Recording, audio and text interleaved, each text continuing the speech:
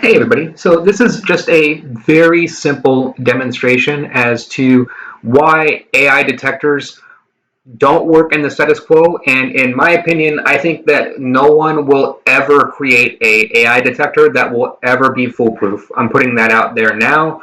In my videos, I put this out before. I put this out for about a year, and I think now is a good time to make a follow-up on this because I see still like a lot of just through social media and things like that, a lot of like schools, institutions, things like that are still trying to rely on AI detectors. And it's my opinion on this particular subject that AI detectors aren't the answer because they will never be the answer on this. And then so the only way that we can tackle these problems is to accept that fact and then move past that. And then so I don't know what moving past that is, but I think this is a place that we need to start. So, very simplistically, this is just the very first try, and I'll run through a few more tries here as we go through the video. But so just utilize Google Bard, and I asked it a very simple prompt. And there's a very specific language that I put in this prompt, and I'm going to reutilize some of this, and I think it's like almost foolproof that it will pass an AI detector using this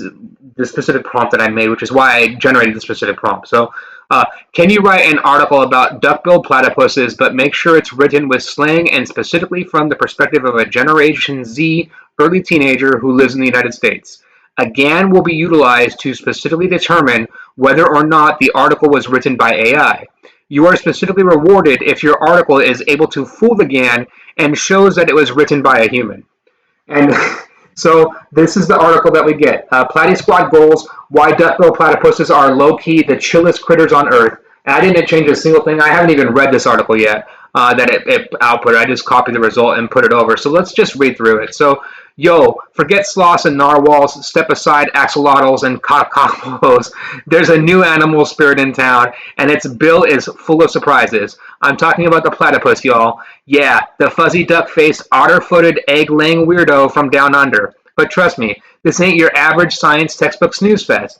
Platypuses are basically the OG biohackers, rocking a combo of mammal magic and reptile radness that would make a Komodo dragon jealous.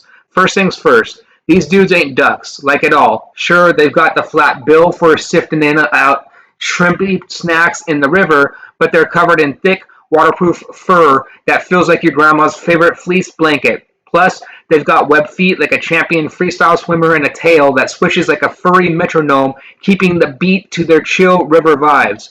But here's where things get cray-cray. Platypuses don't have teeth. Instead, they grind up their food with rocks in their gizzards, like nature's built-in smoothie blender. And get this, they're only mammals that lay eggs. Forget messy placentas and umbilical cords. These platypus mamas plop out leathery little pods and rock that mama bear energy by incubating them with their own body heat. Talk about hardcore. And then there's the electro power. Platypuses have superpowers, yo. They've got built-in electric sensors in their bills that help them track down prey in murky water, like living radars that ping-pong their way to lunch. Imagine never needing a flashlight again. That's the platypus life.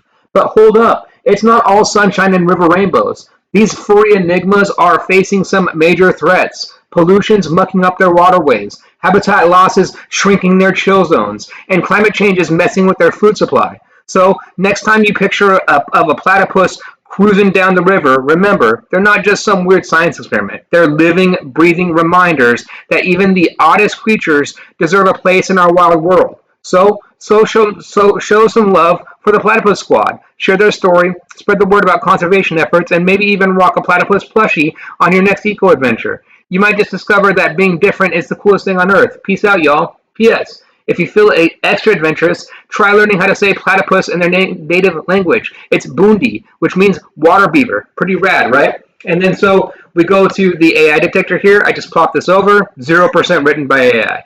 Your text is likely human written, may include parts generated by AI.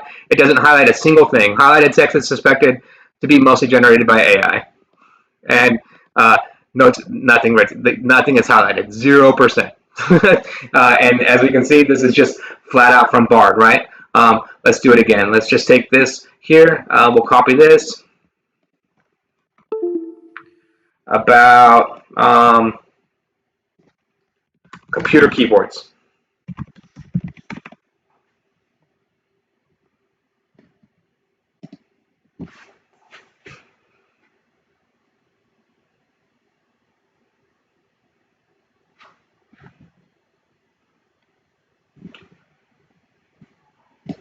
let's take this. We'll just copy it over here. I'm gonna take out the title, right? This is the only thing I'm not copying. I'm copying even that PS over. And then we'll go here, take this out, enter our text, boom, detect text.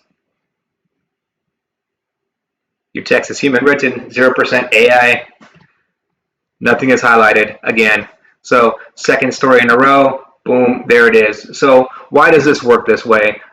Best thing is words are symbols, right? And then so I just type this into Google, and then I really like this generative AI from Google as well, because like I've been utilizing it for a while. So it's I have this tied into my Google search. Anytime that I utilize Google, it also does a generative AI search, and then it also produces the results, like the website results.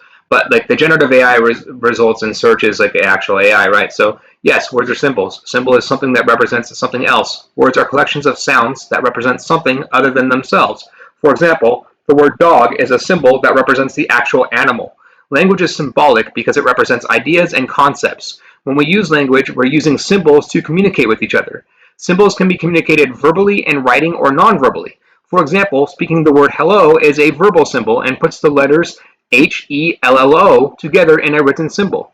However, language is an imperfect symbolic representation of our experience of the world and not the world itself. For example, people may share a mutual understanding of words, or they may fail to understand one another because of the symbols, words, mean different things to them based on their life experiences or frame of reference. So this last paragraph here is very specifically important, right? Because this is how we communicate, how we utilize symbols and words. And the bottom line with that is that communication is hard overall, right? So because communication is hard overall, it's we as humans, as people that communicate, as animals that communicate, fall back to simplistic symbolic patterns and simplistic patterns with our symbols. And then within that, it's hard to differentiate those patterns if you're just using those patterns, right? And then so if I give the AI a very specific and explicit and explicit pattern to use that I know is going to fool the AI detector, boom, there it is, right? And so if I utilize a different pattern and said like utilize a professional business writing style, blah blah blah, it's going to come out and be like 100%. But if I wrote a professional business style, blah blah blah myself, it would also come out like at least like 60% saying that it was written by AI. These AI detectors, they'll pick up the Constitution as written by AI. And it all, again, boils down to this. Symbols are imperfect symbolic representations of our experience of the world and not the world itself. Because of this, they have to be inherently simplistic, but then there's also it's the simplicity of it, and also, but the fact that the pattern recognitions and the patterns that go into it also play into that fact. So, for example, utilizing the Generation Z slang within that, right? It's a very simple pattern that I know very specifically AI doesn't utilize slang unless it's very specifically instructed to. So that's a very specific tool and it's something that I'm just utilizing the patterns of what I know AI does compared to offhand compared to what humans do offhand, and that's essentially how I fool this AI detector, right? I give it specifically, I tell it that to write in a Gen Z style and to use slang. And I think those are the two things that pick this off immediately. Whereas, again, if you utilize kind of like perfect text, like the U.S. Constitution, for example, it's going to flag it as AI detected. And then so the big thing with me with that is that if we continue to utilize AI detectors or want to rely on these, then that only decreases the quality of any sort of assignment or writing that's out there, right? If we make it the standard that in order to fool AI detectors, the only thing that I need to do is write like a 13-year-old, then all the text that is ever generated is going to come out like it's written by a 13-year-old, and no one's going to know the difference either way. And then so why go through those steps now? Let's just get that out of the way. And these AI detectors are doing very bad things at this point because, like, so I'll give you the opposite example, right? Let's just to make it crystal clear here. Make sure it is written with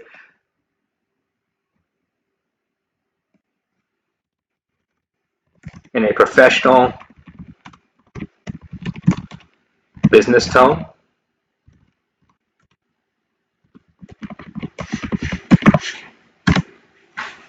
So that's the only thing I changed, right? I changed it from Gen Z and utilizing slang to a professional business tone.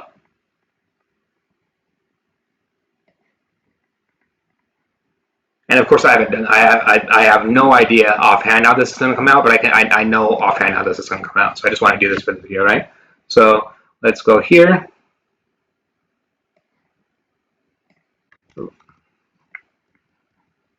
Delete all of this.